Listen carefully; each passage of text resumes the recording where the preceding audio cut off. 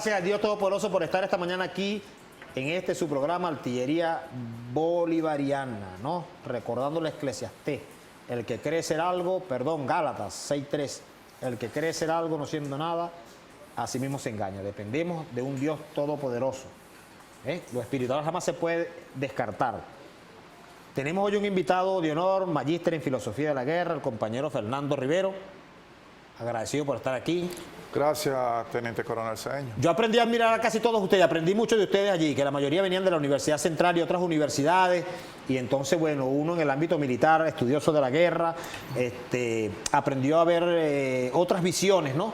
Otras visiones políticas, por así decirlo, de ustedes que venían de otras áreas, y aprendimos a compartir, y bueno, es un tema que uno tiene que aprender, porque los militares al final somos hombres de Estado, y tenemos que conocer todos los ámbitos que incluyen al Estado y sobre todo la guerra, que el hombre es un fenómeno social, ¿no? Casi desde la existencia del hombre, el hombre ha estado en un conflicto de dominación, el hombre por el hombre, bueno, emigraron, ¿no? Eran sedentarios y entonces conquistaban a otros y le quitaban los alimentos, le imponían la cultura, en fin. Han sido mucho más los periodos de guerra que lo de paz que hemos logrado. Así que es importante tenerte aquí, sobre todo que estamos en medio de conflictos internacionales, ¿no? Que pueden desencadenar una tercera guerra mundial, Dios nos libre. Tenemos el conflicto de Ucrania que sigue, pero tenemos reciente el de Taiwán. Coméntanos sobre Taiwán, ¿por qué se da ese conflicto y cuáles son los intereses económicos que hay allí? Bueno, comandante Cedeño, en principio gracias por la invitación. Es un honor siempre compartir con los hermanos y hermanas de la Fuerza Armada Nacional Bolivariana.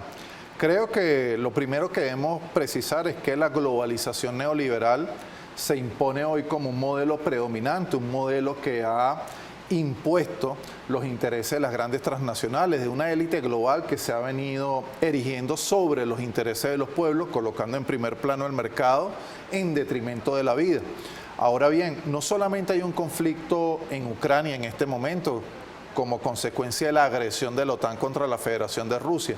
Hay conflictos que están diseminados por diferentes latitudes del orbe. Sin ir muy lejos, acá, gracias a la injusticia, las desigualdades, las brechas entre ricos y pobres que hay en Colombia, bueno, todavía pervive un conflicto social, político y armado.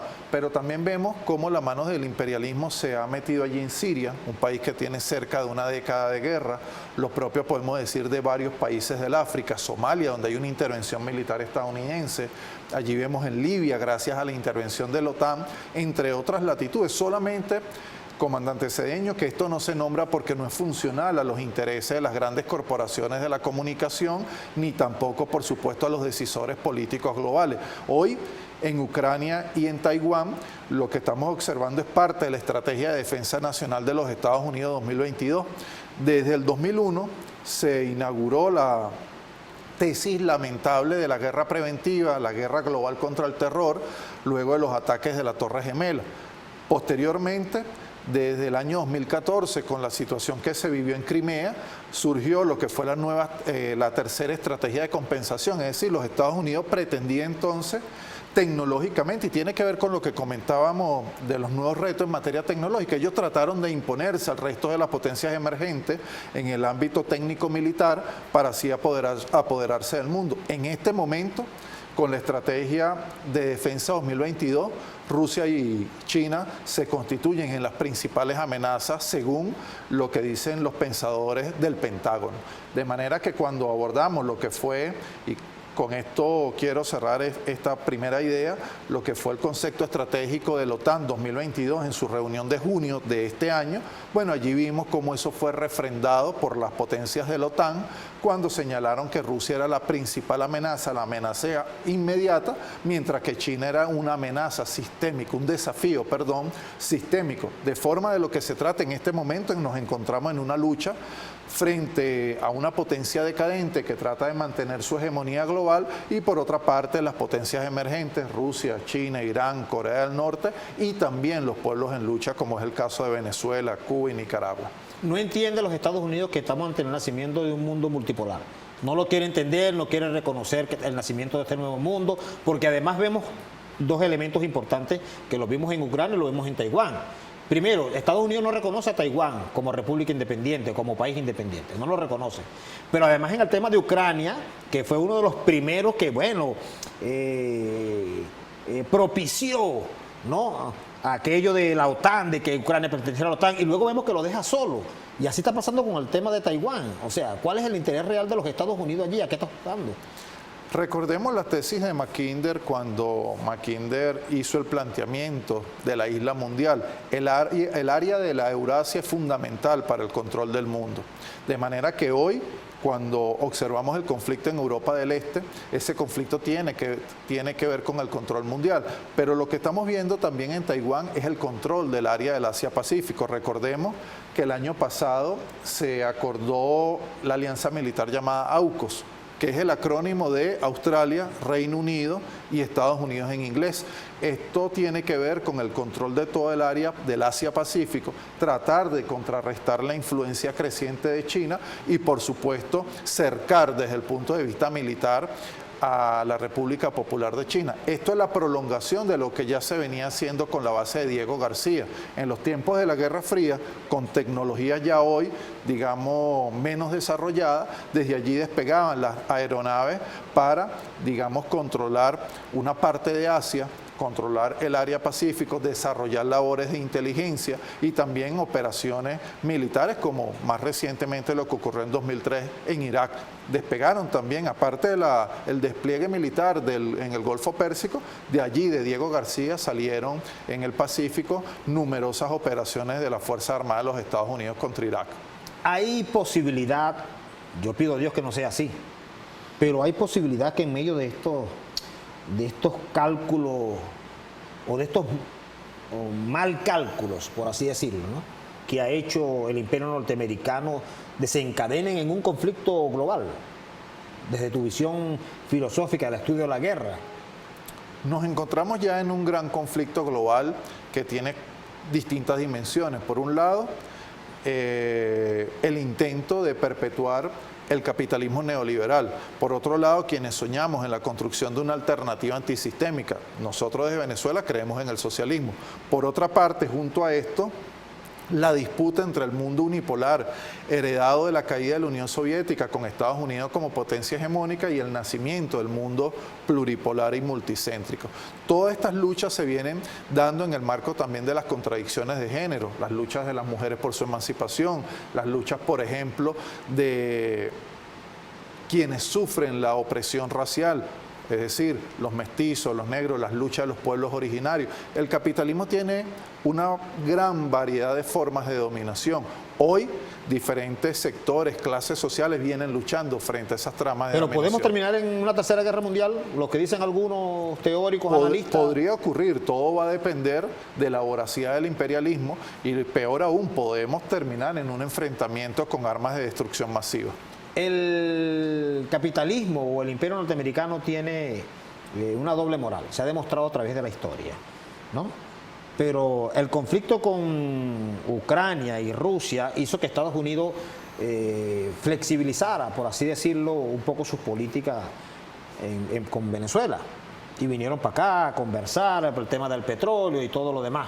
Pero recientemente vimos que otra vez el imperialismo tiene su mano metida cuando secuestran un avión, ¿no?, de una empresa, Entrasur, una empresa venezolana, con avión venezolano, bajo la excusa de que el avión es iraní, que hay terrorismo allí, ¿no? ¿Qué esperamos nosotros de los Estados Unidos? ¿Se puede negociar con los Estados Unidos cuando un día dice una cosa y un día dice otra?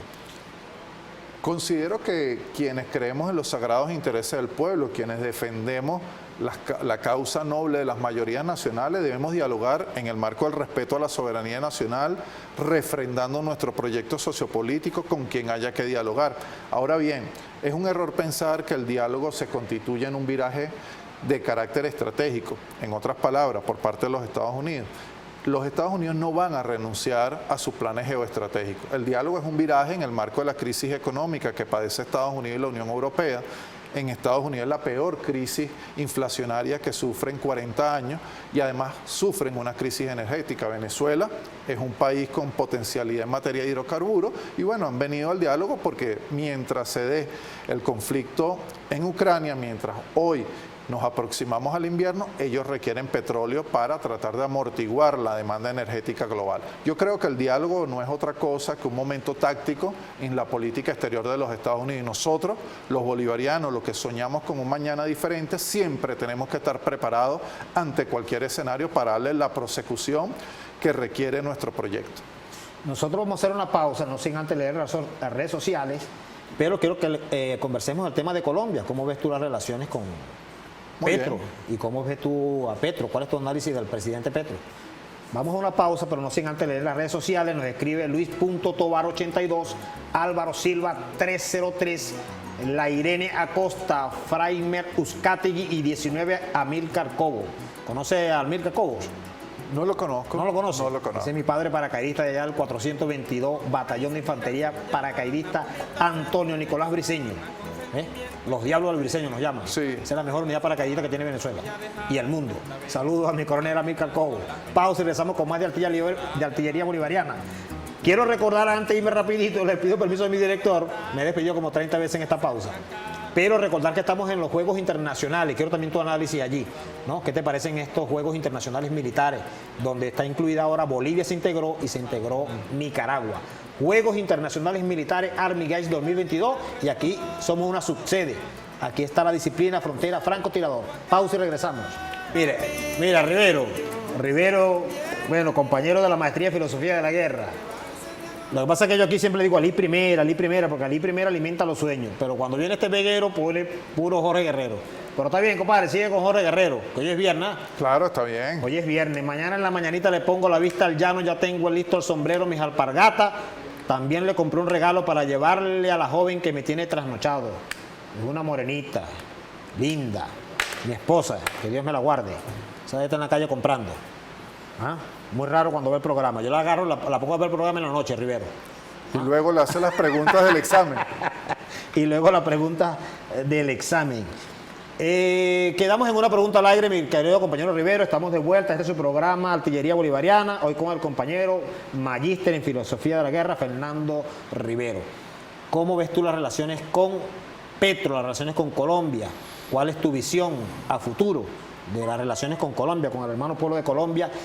Y ¿cómo va a ser para Petro manejarse con una burguesía tan racia como la burguesía colombiana? Colombia fue construida desde el punto de vista jurídico-político como una extensión del gobierno de los Estados Unidos. Desde el punto de vista militar, Colombia se ha conformado como el epicentro de los planes del Comando Sur acá en la región. Recordemos que allí hay múltiples bases militares, se encuentra la Fuerza de Asistencia de Seguridad, que es una fuerza de operaciones especiales de los Estados Unidos. Hay asesores en el marco de la guerra contra insurgentes. Hay además de esto una alianza militar y hay dos cosas que son fundamentales, comandante Cedeño. Hoy Colombia es aliado de importancia extra-OTAN, pero además es aliado de la organización del Tratado del Atlántico Norte, en una condición que no le da los derechos plenos, pero se constituye hoy, para ser más preciso, como socio global. Todo esto, por supuesto, que tiene gran incidencia en el acontecer cotidiano en la vida política de Colombia. Petro creemos que va a tratar de superar todo esto, por lo menos entendemos que es el clamor del pueblo colombiano, apostamos a que Colombia recupere su soberanía nacional, se revitalicen las relaciones económico-comerciales con Venezuela y nos parece que hay una gran oportunidad para reencontrarnos con el sueño bolivariano.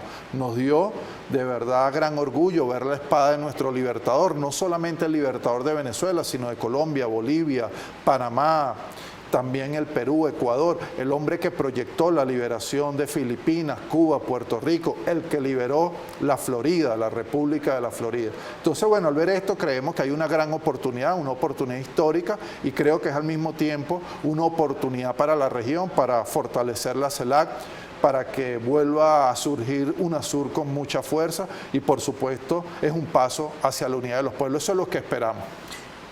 Ciertamente me acabas de nombrar a la OTAN, ¿no? Que como todos hemos visto, bueno, no ha cumplido con aquella base filosófica con la cual se crea la OTAN, sino que se ha venido expandiendo, ha venido amenazando, violando los acuerdos con países con los cuales hace frontera la OTAN. Nosotros estamos ahorita en medio de unos juegos internacionales militares, Venezuela sucede, aquí se lleva a cabo la disciplina frontera francotirador, pero además tenemos un elemento novedoso, es el tema de que Bolivia y Nicaragua, bueno, también están participando en estos juegos. Hay muchos que lo han satanizado. ¿Cuál es la visión en medio de una OTAN que sigue violando los tratados, de estos ejercicios militares internacionales, que es una competencia? Simple y llanamente, hay unos que lo satanizan, que nos estamos preparando, que nos estamos armando, que mira, ¿no? Pero ahí se ve la hermandad y se ponen en el tapete cómo estos pueblos se hermanan, ¿no? Para defender, porque casi todos los pueblos que están allí participando tienen un principio sagrado, que es el respeto a la soberanía y a la autodeterminación de los pueblos. ¿Cómo lo ve Fernando? Me parece que obviamente es un espacio para el encuentro, para la hermandad, pero también es un espacio para defender la soberanía nacional, es un espacio para, dar un paso más en la concreción de un mundo distinto. Dicen que nos estamos preparando para la guerra, que nos estamos equipando para la guerra. Es lógico pensar que cualquier Estado o nación del mundo se prepare para la defensa de su soberanía. Si nosotros hacemos una valoración, por ejemplo, del gasto militar de los Estados Unidos, está muy por encima del gasto total de todos los países de América Latina y el Caribe juntos. Si nosotros valoramos, por ejemplo, el equipamiento militar de potencias como Reino Unido, como inclusive Francia, bueno, observamos que tienen unas capacidades militares muy elevadas. Ellos sí están preparados para la guerra y así, repito, lo acuñaron en el concepto estratégico de la OTAN.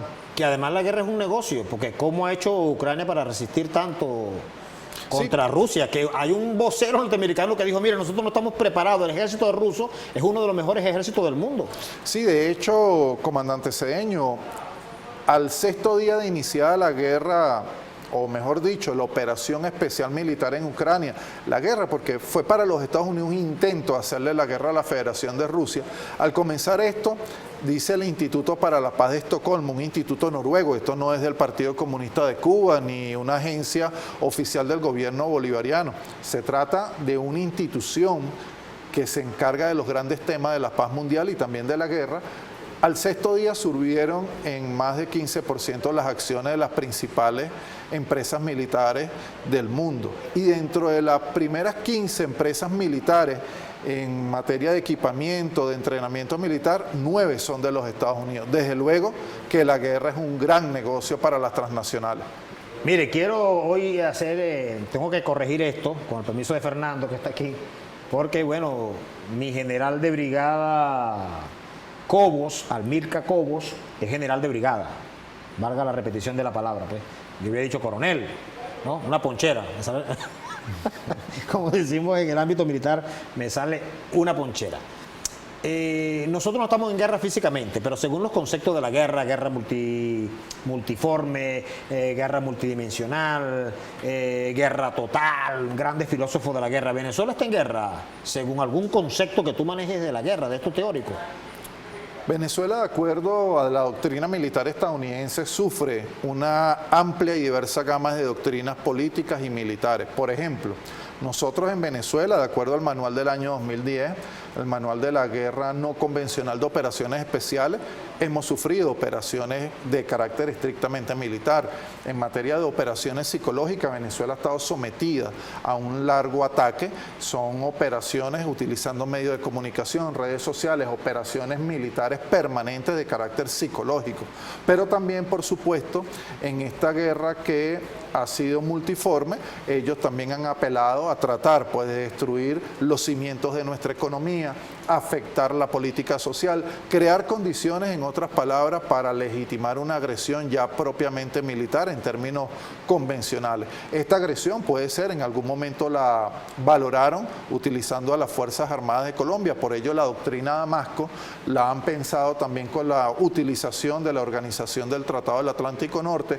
Trump habló abiertamente de una intervención militar estadounidense, han utilizado también, han tratado de crear la división interna, en fin, se trata de una amplia gama de tácticas en el marco de un gran objetivo estratégico que es el derrocar el gobierno bolivariano para acabar con la revolución bolivariana. Tenemos que hacer otra pausa, Rivero, pero al regreso creo que hablemos de cuáles son las amenazas que ves tú desde el punto de vista de la filosofía de la guerra, ¿no?, para el proceso bolivariano, para la revolución bolivariana, y qué hacer precisamente en medio de esa guerra multidimensional, guerra psicológica, guerra económica, guerra total, esa guerra total contra Venezuela. ¿Cuáles son las amenazas y cuáles son los preparativos o cuáles son las acciones que debemos tomar para poder quizás, por así decirlo, vencer esa guerra? ¿Quién nos escribe por ahí por las redes sociales?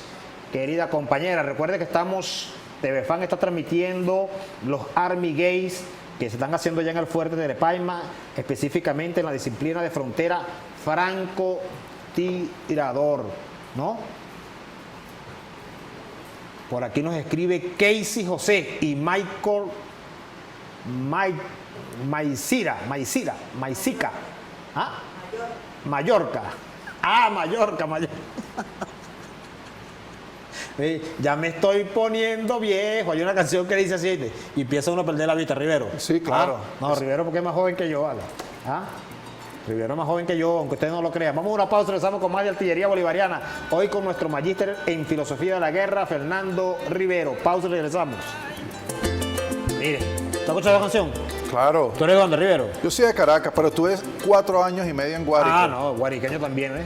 Esa es la canción del peón enamorado, se llama esa canción, de Jorge Guerrero. Ese muchacho es amante de Jorge Guerrero, el que está en el audio ahorita. No, Jorge Guerrero tiene buenas canciones, muy buenas. Cómo no. Guayabo de Mes y Pico fue una de las primeras que escuché de Jorge Guerrero. Estaba yo en la frontera. Por cierto, saludo a la Misión Socialista Nueva Frontera de Paz, a mi mayor general Izquierdo Torres. Mire, voy a saludar rápidamente aquí. Mire, mi esposa me está viendo, ¿eh? Bendito sea Dios. ¿Qué le pareció, paisano? Dice, saluda a Careli que te está viendo. Bueno, saludos, Carelis, mi esposa. Me escribió mi esposa, mire, ¿ves? La llamé con el pensamiento. Por aquí voy a saludar con el permiso del compañero Fernando rápidamente, pero aquí me dice, saludo hermano, buenos días desde Puerto Cabello, su amigo y pendiente de su programa, Armando Pérez, soldado de la patria de Chávez. Por aquí me escribió un compañero de una plataforma. ¿Dónde tengo el mensaje? Déjeme ver si lo tengo por aquí, porque me acaban de escribir. Si no, lo saludo. Ya voy a buscar el mensaje, compañero. Voy a hacer la pregunta al compañero y busco mensajes de la plataforma, de una plataforma de la aviación militar. Creo que es el coronel Brito, si mi memoria no me traiciona, mi coronel. Le voy a buscar el mensaje para leerlo aquí con calma. Quedamos en una pregunta, hermano, porque estamos llegando al final del programa y no me puedo ir de aquí sin hacerte esta pregunta, ¿no? Porque quienes estamos aquí en esta trinchera defendiendo con las ideas, ¿no? Con las ideas y la acción, ¿no? Porque teoría y praxis. No podemos quedar netamente en lo teórico. Quienes fuimos alumnos, como seguro lo es Rivero, mi persona, alumnos del comandante Chávez, bueno, tenemos que agarrar esa teoría, ese estudio permanente e irlo convirtiendo en acción permanente también. Entonces, hay amenazas contra el proceso bolivariano. Permanente, siempre lo ha habido. Como antes Chávez decía, el grito alerta de un soldado salvó la patria. Hay que alertar sobre los viejos vicios que perviven, porque nada parte de cero. Las sociedades nacen infectadas de lo viejo. ¿Cuáles son las amenazas que ve Rivero y cuáles son las acciones que ha tomado quizás para acabar con esas amenazas? Llamémoslas amenazas internas y externas. Bueno, creo que la contradicción principal sigue siendo la disputa frente al imperialismo estadounidense. De cara a eso, a preservar la soberanía, la independencia, a materializar una mejor calidad de vida para nuestro pueblo, creo que hay un gran reto en materia económica. Se impone un nuevo modelo económico que nos permita, sin renunciar al socialismo, garantizar los derechos de la población que han sido afectados por el bloqueo, por las agresiones, pero también, por supuesto, por los errores que hemos cometido. Y cuando decimos esto, lo decimos conscientes que la crítica es necesaria. Ha dicho el presidente Maduro en esta nueva época ese planteamiento que nosotros debemos construir una hegemonía mucho más estable, una hegemonía más sólida para continuar las grandes transformaciones. Entonces eso reclama, entre otras cosas, por una parte, atender el tema económico, corregir lo que haya que corregir, avanzar en esa dirección, y de hecho lo estamos haciendo. Y lo segundo, no menos importante, es desde el punto de vista político inaugurar a tono con el pensamiento del comandante Chávez una nueva forma de entender y practicar la política, una nueva concepción del ejercicio de poder. Bueno, me sorprendieron por aquí un mensaje de audio. No puedo contestar las llamadas en vivo. Cosas que pasan Estamos en vivo. Estamos en vivo. Alguien me decía a mí en estos días, yo prefiero salir en vivo. Yo decía, yo también. Me decía mi general de división, Rodríguez Rabán, diputado de la Asamblea Nacional, ¿no? Tenemos un programa aquí de la Selva Activa, ¿no? Que ha venido avanzando mucho porque viene el nuevo Congreso. ¿Cómo visualizas tú el nuevo Congreso de la patria? ¿Cómo lo visualiza Fernando? El Congreso de la nueva época. De la nueva época, correcto. Bueno, es una oportunidad de oro para discutir con otros sectores. En algunos momentos cometemos el error, comandante Cedeño, de discutir entre quienes ya estamos convencidos.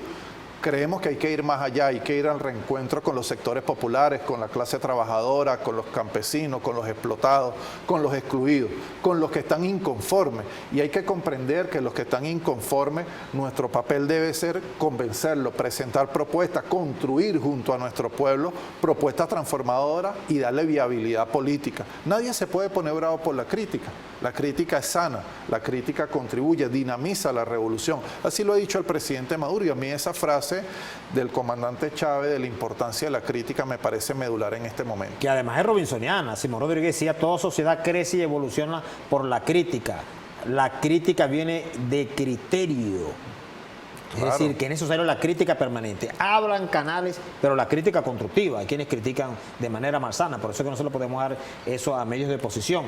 ¿Cuál es el llamado que le haces tú a todos los movimientos sociales en esta nueva época, en este nuevo resurgir y quizás un poco renovar las bases? Y que surjan esos liderazgos desde allí, precisamente de las bases, para evitar los peligros de que la revolución, bueno, sea socavada, quizás con algunas flexibilizaciones, que mira, no hable mucho de Chávez. Hay quienes dicen por allí, no, pero incluso hay una teoría, Rivero, no sé cómo manejas tú esto, ¿no? Hacer una pregunta aquí académica, aprovechando aquí a compañero. Yo nunca he estado de acuerdo con esto. Que China es capitalista para afuera y socialista para adentro. Que nosotros podemos ser una economía capitalista pero con un modelo socialista. ¿Es eso viable? En el caso de Venezuela, considero que lo fundamental es no renunciar al mandato popular. Nuestro pueblo ha votado una y otra vez por la construcción de una sociedad alternativa al capitalismo. Nuestro pueblo votó por el comandante Chávez, por su sueño. El pueblo vota por el presidente Maduro, entre otras cosas, porque tiene una confianza, una esperanza en el planteamiento de Hugo Chávez. El pueblo cree necesario construir el plan de la patria, lo que está allí edificado, ese proyecto de sociedad. Decía hace algunos meses, pero es muy importante, comandante Cedeño, que lo recordemos, una empresa privada de derecha, digamos, que acompaña los planteamientos de la oposición, ha sido una valoración de la aceptación de Chávez hoy en el 2021, hace unos meses. Hace unos meses. Y en el 2021 Chávez tenía 65% de aceptación. ¿La hizo en el 2021 o la hizo en el 2022? 2021, pero todavía no se cumple un año. Y Chávez tiene 65% de aceptación. Yo creo que los pueblos de nuestra América no pueden renunciar a los hombres y mujeres que han construido y que han ofrendado su vida por un mañana diferente. Quienes creen que Chávez lo podemos superar para tratar de adecuarnos, quedar bien con los poderosos del mundo, yo creo que cometen un error histórico. Gaddafi lamentablemente entregó los sistemas de armas y bueno, Libia hoy está sumergida en la guerra. Y nadie habla de Libia. En Irak, lamentablemente, el pueblo iraquí ha sufrido una guerra genocida. Secuestraron y asesinaron al presidente Saddam Hussein, y eso que Saddam fue aliado en algún momento de los Estados Unidos en la guerra contra la República Islámica de Irán. Y lo propio ocurrió con otro señor, un señor que fue presidente de Panamá llamado Manuel Noriega. Los Estados Unidos lo califican de dictador, pero también fue aliado de los Estados Unidos, y bueno, cuando rompieron se lo llevaron y lo encarcelaron en Estados Unidos. Para eso invadieron Panamá incineraron a miles de personas en los barrios populares, en el Chorrillo, allí en Panamá. Entonces creo que ya hay suficientes lecciones históricas sobre cuál es la política exterior de los Estados Unidos. Renunciar a Chávez, renunciar a nuestro sueño. Yo creo que eso es inaceptable para nuestro pueblo. Quiero un mensaje final de Fernando Rivero en medio, bueno, de una situación económica que nuevamente tiende a agudizarse, a pesar de que veníamos en los meses de enero, febrero y marzo creciendo, pero tiende a agudizarse, precisamente parte del manejo del dólar criminal paralelo. Muchos están por allí hablando de cerrar la página y todo lo demás, y quizás eso minimiza un poco las esperanzas. ¿Cuál es el mensaje de Fernando? Creo que hay una crisis global, decíamos, del capitalismo neoliberal. Hay una crisis económica como consecuencia de una economía que está interconectada al conflicto en Ucrania. Las medidas coercitivas unilaterales han disparado, decíamos, los precios de los hidrocarburos, pero también de los alimentos. Recordemos que tanto Ucrania como Rusia son los principales exportadores de trigo. Y yo le digo a los usuarios de la televisora de la Fuerza Armada Nacional Bolivariana, cuando usted va y va a comprar un pan, ese pan de alguna manera está vinculado con el trigo que viene de Europa del Este. Todo esto que estamos viendo, este espiral inflacionario mundial, tiene que ver con las medidas coercitivas unilaterales que aplican los Estados Unidos contra los pueblos. Y fíjate, comandante Cedeño y usuarios de la televisora de la Fuerza Armada, ellos le mandan sistemas de armas a Ucrania para que le haga la guerra a Rusia, pero le compran gas, Alemania le compra gas a Rusia. Por el contrario, nos imponen a nosotros, a los pueblos del mundo, que no negociemos con Rusia, no negocien con Venezuela, no le compren el petróleo, mientras ellos, por una parte, hacen la guerra, pero mantienen relaciones económicas comerciales con Rusia. De forma que hoy, frente a esa crisis, no nos queda más que persistir en el camino de la independencia, soñar con un mañana mejor, incorporarnos de manera decidida para construir la esperanza que soñamos con el presidente Chávez, y que hoy tenemos grandes oportunidades de seguir construyéndolo. Creo que allí el presidente Maduro ha hecho un enorme esfuerzo, eso hay que reconocerlo, un esfuerzo en materia de hidalguía, de dignidad antiimperialista. Yo creo que eso debemos acompañarlo de corazón. Nosotros hoy, quienes están dentro de la Fuerza Armada, quienes estamos afuera, tenemos que hacer causa común por la emancipación de nuestro pueblo. ¿Tenemos errores? Sí, pero también tenemos una gran oportunidad histórica de construir un mañana diferente donde la vida sea el centro y fin de todo lo que hacemos. Yo creo que el socialismo será siempre una causa por la cual podremos seguir luchando y debemos insistir sin claudicar en la orientación estratégica correcta. El llamado de Fernando es seguir resistiendo, seguir la lucha. Corregir lo que haya que corregir y avanzar hacia los sueños que nos hemos trazado las mayorías nacionales, que no son otros que los sueños del comandante Chávez.